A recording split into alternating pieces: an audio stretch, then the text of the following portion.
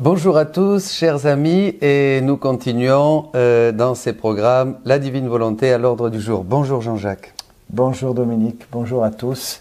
Pour continuer de méditer, d'approfondir ce grand cadeau merveilleux de la Divine Volonté. Cette nouvelle manière de vivre même, c'est extraordinaire. Alors merci à tous ceux qui nous écrivent, et vous pouvez nous visiter sur le site, bien sûr, sainterosedelima.com, mais aussi nous écrire à ladivinevolonté @gmail.com. Nous répondrons avec joie à vos questions et à tout ce que vous désirez savoir, ce que nous comprenons nous-mêmes et que nous pouvons vous partager.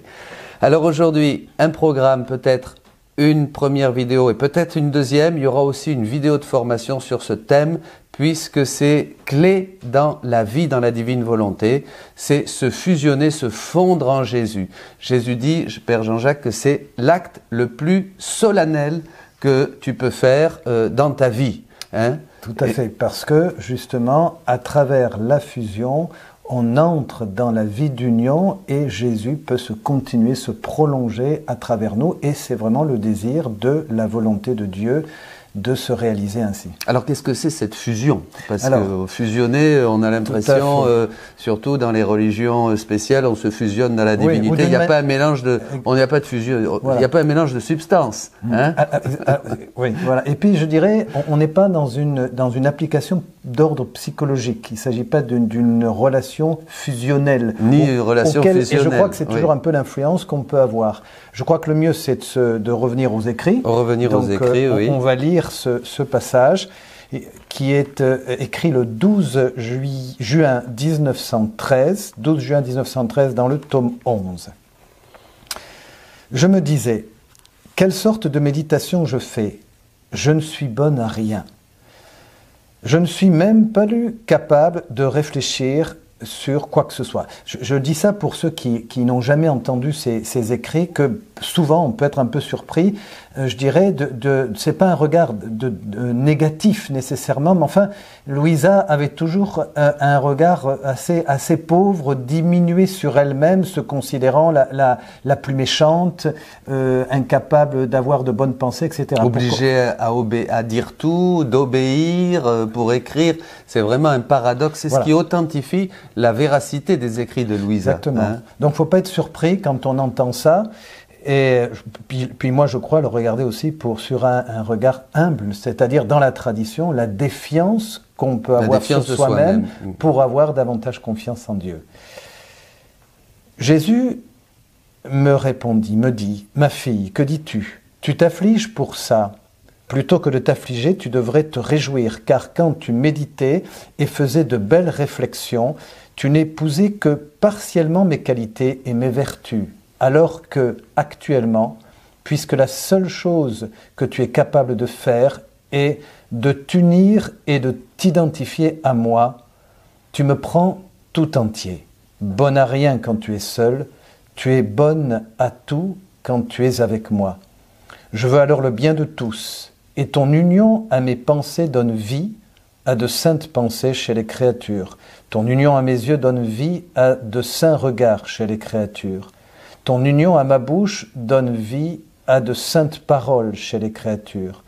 Ton union à mon cœur, à mes désirs, à mes mains, à mes pas, à mes battements de cœur, donne plein de vie. Ce sont de saintes vies, puisque la puissance créatrice est avec moi et que par conséquent, l'âme qui est avec moi crée et fait tout ce que je veux. C'est extraordinaire.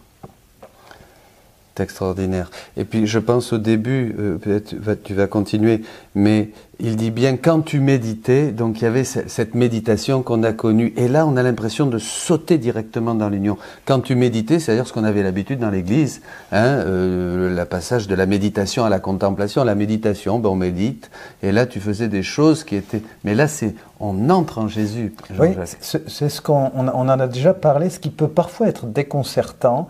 Il ne s'agit plus ça ne veut pas dire qu'on va évacuer le faire.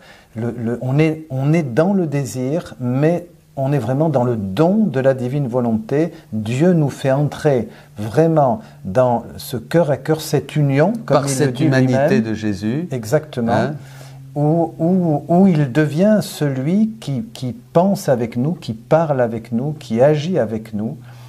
Et on va le voir, il y a une intention de Dieu derrière, il y a une intention qui est très éclairante. Je continue. Et Jésus, oui, continue, mais Jésus, c'est extraordinaire. Moi, ça m'a beaucoup touché ce passage parce que c'est l'humanité de Jésus. Cette humanité qu'a tellement défendu, par exemple, Sainte Thérèse d'Avila, qui pour éviter justement d'arriver à une prière mystique où il y en avait qui disaient à cette époque-là qu'on pouvait arriver à la Trinité, l'humanité du Christ. Et là, Jésus nous renvoie à lui, nous colle à son humanité, à ses pensées, à ses pas, à ses mains. C'est merveilleux. Et ce qui montre bien deux choses, alors je rebondis sur ce que tu dis, que notre vie est bien incarnée, qu'il ne s'agit pas d'un mysticisme qu'on pourrait croire. Des fois, j'ai eu, moi, cette pensée autrefois, avant d'arrêt, mais que c'est une mystique, bien incarnée. Et puis, deuxièmement, ce que tu dis me rappelle à une parole de Jésus à Louisa, qui dit que mes pensées, ma parole, ma bouche, mes mains, mes pas continuent de courir aujourd'hui, se continuent et s'actualisent. Donc effectivement, nous continuons, nous sommes avec le Christ qui parle, qui agit. C'est vraiment la vie d'union, la vie avec Jésus qui est vivant dans son humanité. C'est extraordinaire. C'est extraordinaire. Et ce que tu disais, je pensais, il y a ça, on rejoint bien sûr tout le monde, comme tu vas le dire, dans cet acte, parce qu'on s'unit à l'acte éternel de Dieu par le Christ. Mais déjà, quand tu disais ce réalisme, cette incarnation avec Jésus, déjà là, la vraie mystique est là. Parce que déjà, c'est un mystère extraordinaire que nous existions. C'est un mystère encore plus extraordinaire que Dieu se soit fait homme et qu'il ait pris notre chair. Et en prenant notre chair, nos pas, nos yeux, nos oreilles, nos bouches, nos battements de cœur, déjà là, la transcendance de Dieu se manifeste dans l'incarnation du Christ. C'est extraordinaire. Et on la rejoint là pour partir. Et tout devient divin. Et tout devient divin. C'est ça que, c'est extraordinaire. Quand on commence à prêcher ce genre, ça ouvre cette nouvelle, cette pensée profonde de l'Église, ça ouvre des horizons extraordinaires de confiance, d'abandon, d'amour. Et de désir, d'envie vraiment de vivre avec lui. Oui. Et tout fondé, tu parles de l'Église, tout fondé sur ce qui a été enseigné au fil des siècles par l'Esprit Saint qui nous conduit vers la vérité tout entière. C'est enraciné dans la tradition, c'est extraordinaire. Et ça, tu fais bien insister parce que ça légitime justement cet enseignement qui est à la fois, je ne sais pas comment je dirais, nouveau et ancien, qui est à la fois nouveau et réaliste et actuel et qui s'appuie sur notre histoire, sur cette grande tradition de la parole de Dieu et du magistère. Tout scribe bien avisé, du nouveau de l'ancien. Oui, c'est ça. Jésus n'abolit pas, il vient continuer, il complète, il développe, il n'abolit pas la loi, ni ce qui a été fait, ni les prophètes. La révélation continue. Là, le Christ, Jésus se manifeste pleinement dans ce 3e millénaire à travers toutes ces merveilles de la vie dans la divine volonté. Je poursuis, donc toujours, on est dans le 12 juin 1913, au 4e paragraphe. Cette union entre toi et moi, pensée à pensée, cœur à cœur, etc., produit en toi, au plus haut degré, la vie de ma volonté et la vie de mon amour. Par cette vie de ma volonté, le Père est formé, et par cette vie de mon amour, le Saint-Esprit est formé. Par les actes, les paroles, les travaux, les pensées, et tout ce qui provient de cette volonté et de cet amour, le Fils est formé. Voilà donc la Trinité en ton âme. Ainsi, si nous voulons opérer, il est indifférent que nous opérions par la Trinité se trouvant dans le ciel ou la Trinité se trouvant dans ton âme sur la terre. Et formé, Jean-Jacques, ça c'est incroyable. Je pensais à le Père, le Fils et le Saint-Esprit. Dieu se forme, c'est la vie réelle, dit Jésus en nous. Et je pensais à ce don extraordinaire dont a été dépositaire Conchita Cabrera, c'est-à-dire l'incarnation mystique. On peut dire que, il y a quelque chose, vraiment, le Christ, le Père, l'Esprit, il y a une formation. Dieu se forme en nous. Oui, Dieu se forme. On peut dire, oui, tout à fait, que c'est comme une nouvelle naissance. Où Jésus prend chair, et ça rejoint tout à fait, c'est vrai, le fiat de Marie, ou qui permet vraiment à Jésus de prendre chair, de continuer son œuvre. J'aime bien cette expression, je la reprends, de participer à la puissance créatrice de Dieu. Je trouve ça extraordinaire. Ah ben oui. Et qu'il faut l'enseigner, le prêcher, le partager, non pas comme quelque chose qui est au-delà et au-dessus de nos possibilités, mais encore une fois, de ce que Dieu veut. Parce que ce que Dieu veut, il l'obtient. Et Dieu veut que nous participions pleinement, en totalité, à cette puissance créatrice immense de Dieu. Ça rejoint le livre de la Genèse. Et on continue cette œuvre merveilleuse à travers la divine volonté. Ça rejoint ce que dit la lettre de Saint Pierre, Dieu nous rend participants de sa nature divine. Ça rejoint ce que dit Saint Jean de la Croix quand il dit que la foi nous fait participer à la puissance de Dieu. Hein. Donc vraiment, nous entrons dans la divine volonté et nous participons, nous faisons nôtres les attributs de Dieu, hein, pour qu'avec notre acte croissant, notre fiat, hein, nous puissions faire ces actes conjoints qui rejoignent vraiment la puissance de Dieu dans le maintien de sa présence d'immensité qui continue l'acte créateur, rejoint les âmes, rejoint, alors là on peut partir sur les rondes et tout ça, hein, vraiment Dieu nous fait participer à tout ce qu'il est. Oui. C'est toute l'existence, c'est vrai, dans cette union et cette participation, et encore une fois dans la foi. Parce que le cœur du message de la divine volonté, c'est la foi. On n'est pas dans une sensibilité personnelle, même si on peut ressentir et on peut toucher quelque chose du cœur de Dieu au niveau sensible, on est quand même dans un acte de foi. Ah oui, on est dans la foi. D'où, pour entrer dans l'acte de foi, on a besoin aussi, c'est vrai, de la lecture. C'est pour ça qu'on lit. Hein, de la lecture. De la connaissance de certains écrits. Qui embrase nos cœurs, il y a un amour, il y a un feu, mais on reste dans la foi parce que justement, on entre plus profondément dans la transcendance de Dieu. Il y a une erreur souvent dans la vie chrétienne. On voudrait, plus on a une expérience de Dieu, plus on voudrait sentir. Une fois, quelqu'un m'a dit, ah oui, c'était puissant. Mais la puissance, justement, va se manifester dans l'obscurité de la foi. Et là, on rejoint encore tout ce qu'a dit la tradition, hein, avec tous les... Bon. C'est pour ça qu'on peut parfois mettre certains doutes, alors que vraiment la divine volonté est un don, on y entre dans la foi et on laisse vraiment Dieu agir à travers toute chose. À travers toute chose. Ben, je crois qu'il faudra faire une deuxième partie, hein, puisqu'on n'a pas pu tout dire. Hein, on vous a laissé sur votre faim. Eh bien, merci pour votre prière, pour cette communion que nous avons tous dans la divine volonté. Écrivez-nous ladivinevolonté@gmail.com et que Dieu vous bénisse. Bonjour à tous, une nouvelle fois nous nous retrouvons dans ces programmes, la divine volonté à l'ordre du jour. Bonjour Dominique. Bonjour à tous, c'est une joie d'être là avec vous. Donc nous nous retrouvons, je dirais une nouvelle fois, parce que nous avons déjà commencé dans un programme précédent à développer, à essayer de débroussailler, si l'on peut dire, d'éclairer, en tout cas, de découvrir ce qu'il y a de plus grand, comme dit Jésus à Louisa, cet acte le plus solennel que nous pouvons faire, que nous pouvons vivre, qui est de se fusionner dans la divine volonté. Mais oui, c'est ça, c'est bien ça. On a vu déjà qu'à travers donc cet acte, on poursuivait, on laissait vraiment le Christ vivre en nous dans l'union, cette union personnelle à travers tous les mouvements de notre être. Et puis on va continuer maintenant avec d'autres écrits. D'autres écrits, alors c'est le 4 janvier 1925 où justement Jésus dit bien que l'acte le plus important de toute notre vie, c'est de nous fusionner dans la divine volonté. Mon doux Jésus me dit, je vais partir du haut. Ma journée tirait à sa fin et je m'interrogeais pour savoir s'il me restait encore quelque chose à faire. En dedans de moi, j'entendis une voix qui me dit « Il te reste à faire la chose la plus importante, te fusionner dans la divine volonté. » Selon ma manière habituelle, je commençais à le faire. Alors il m'a semblé que les cieux se sont ouverts et que toute la cour céleste est venue à moi. Ce que Jésus dit à Louisa, il le dit à chacun de nous. Louisa est dépositaire d'une grâce qui est maintenant pour tous. Mon doux Jésus me dit, Ma fille, te fusionner dans ma volonté est l'acte le plus solennel, le plus grand et le plus important de toute ta vie.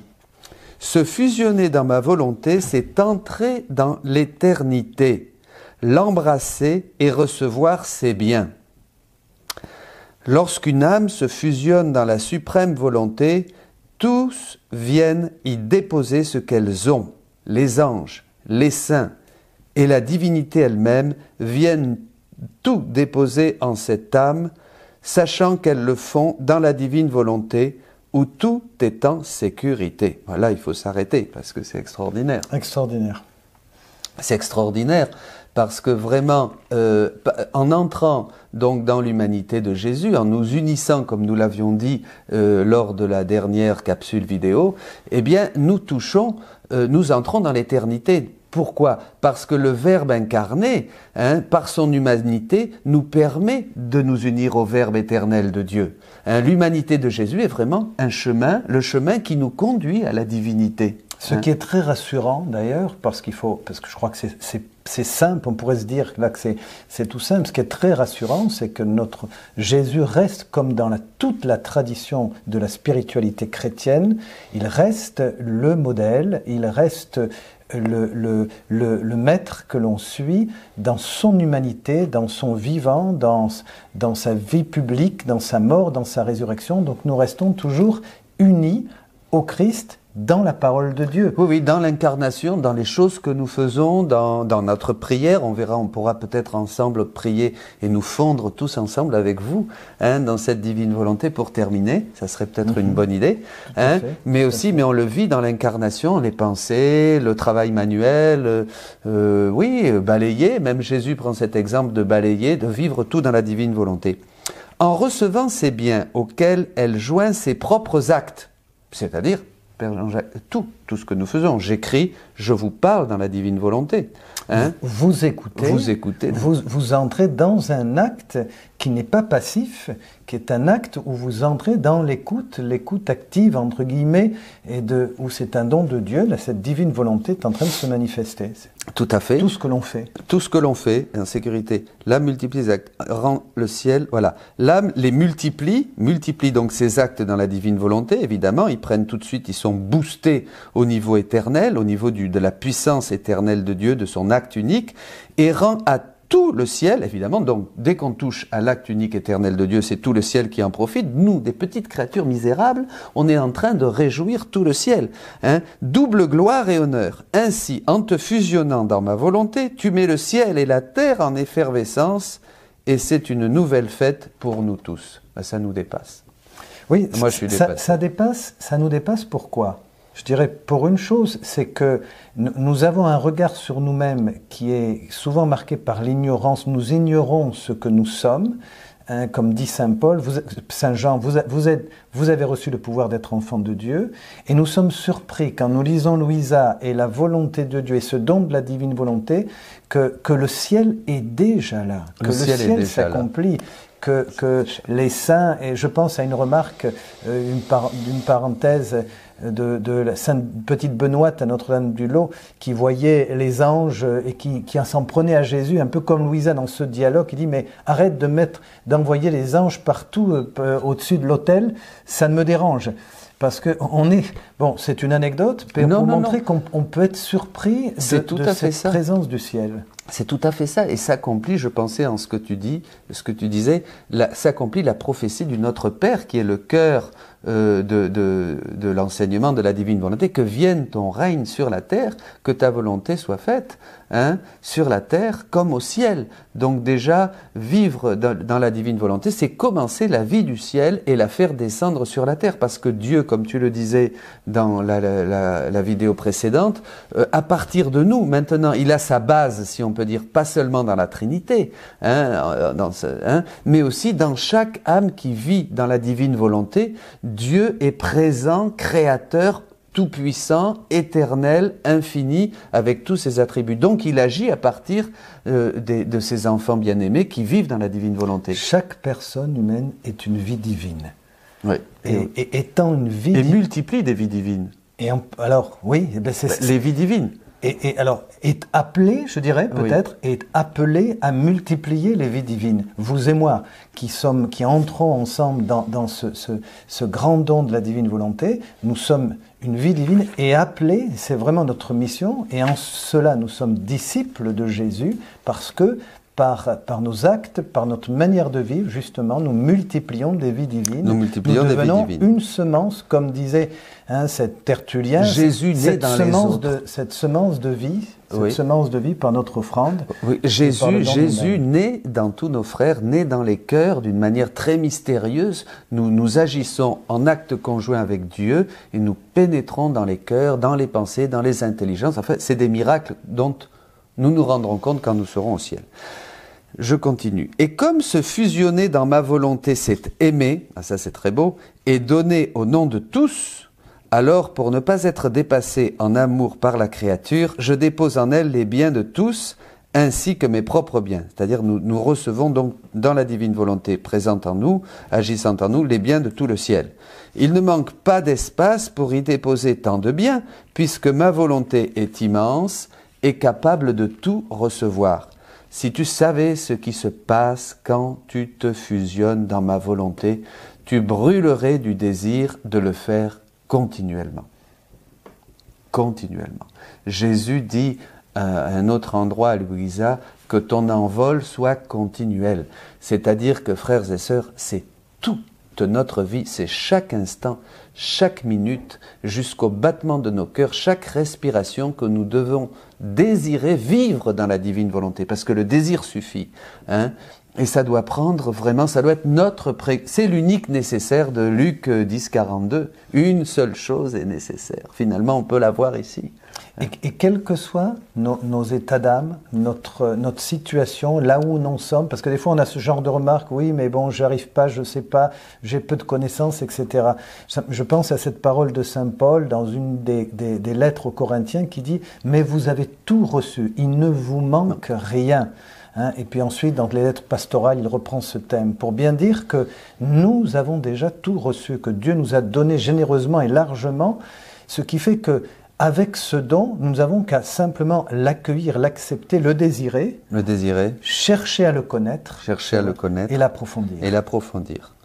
Alors peut-être vous pouvez douter en écoutant, vous dites, ils exagèrent. Eh bien, une bonne nouvelle. Louisa aussi doutait, parce que par la suite, dit-elle, je me suis demandé si je devais mettre sur papier ce qui précède. Merci qu'elle l'ait mis, parce que sinon, nous ne pourrions pas en profiter. Car je ne voyais pas cela comme une chose nécessaire ou importante. Ça, faut quand même. D'autant plus que je n'avais reçu aucune indication à ce sujet. Bougeant en moi, mon doux Jésus me dit, ma fille, comment ne serait-il pas important de faire connaître que se fusionner dans ma volonté, c'est vivre en elle? L'âme qui se fusionne dans ma volonté reçoit comme en dépôt tous mes biens divins et éternels. Les saints rivalisent entre eux pour déposer leur mérite dans l'âme fusionnée dans ma volonté, parce qu'ils y sentent la gloire et la puissance de ma volonté, et se trouve glorifié d'une manière divine par la petitesse de la créature. C'est extraordinaire. Merveilleux passage pour conclure. Merveilleux passage pour conclure. C'est vraiment, les saints rivalisent, les saints sont jaloux, entre guillemets, parce qu'ils nous ont précédés de voir ce que maintenant un Dieu dans son immense amour permet à l'homme de faire et d'être avec lui, c'est-à-dire vraiment pleinement participant de cette d'être avec lui et d'agir avec lui, en lui et avec lui et d'être une vie divine, qui s'accomplit. Eh bien, entrons dans la divine volonté, prions, fusionnons-nous dans la divine volonté maintenant avec vous. Fermez vos yeux, frères et sœurs, et rentrons par la foi en ce Jésus qui s'est fait chair, qui s'est fait homme, justement pour que son humanité, sa chair, son humanité soit le lieu de cette rencontre, ses mains qui nous donnent de faire ses œuvres à lui, son cœur qui nous donne d'aimer comme il aime, ses pensées qui nous donnent de penser comme il pense, ses pieds qui nous donne et nous permette de faire les pas et de mettre ses pas à lui dans nos pas. Et sa bouche. Et sa bouche qui nous permet notre bouche qui nous permet de dire, et sa bouche qui est la nôtre pour parler ses paroles à lui. Que tout notre être soit consacré à la divine volonté. Et comme le dit Jésus, que nous ne sortions plus de ce cloître sacré et saint qui nous met en communion avec tout le ciel pour la gloire du Père et pour nous déverser avec Dieu dans tous les cœurs. Amen.